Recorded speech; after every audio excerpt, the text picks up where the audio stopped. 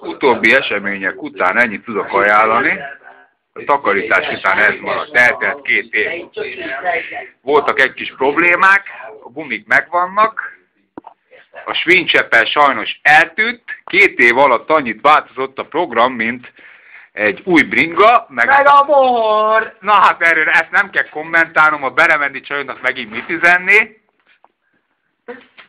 Józsefot! Józsefot? Szevasz. Primus. És nézzük meg akkor az új programot, hogy miből fog készülni ugyebár a... Figyelj gyerekek, optikai csalódás. Az optikai csalódás. Ez optikailag olyan szar a kamerája, mert ugyebár hát ezt úgy találtam ezt a telefont. Nem baj, nem kell ide fény, itt csak műszak kell, így még eredeti, majd egy olyan 2-3 hét múlva meg lehet nézni a járatot. 3 hét múlva. Yes, so heavy. Álljon be a fényre, kedves kuncsav.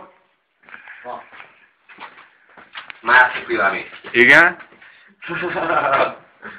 Igen. Mondjátok akkor mi a tervetek, Barsányi hegyről, Társomjó. Elhúzunk innen a büdös életbe. De még először meg kell csinálni azt, amit már 2 éve elterveztünk. Megcsináljuk a Tibit. Hát ezt ilyen nem mondjál, mert ezt vissza fogja nézni. Hát vissza. Vissza, mert ez megy a YouTube-ra.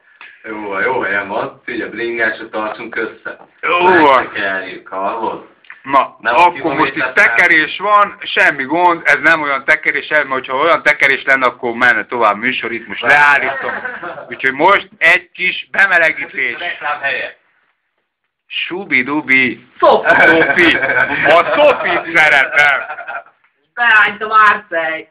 Igen, a Mújék Péter savazta. Kösz szépen, csá!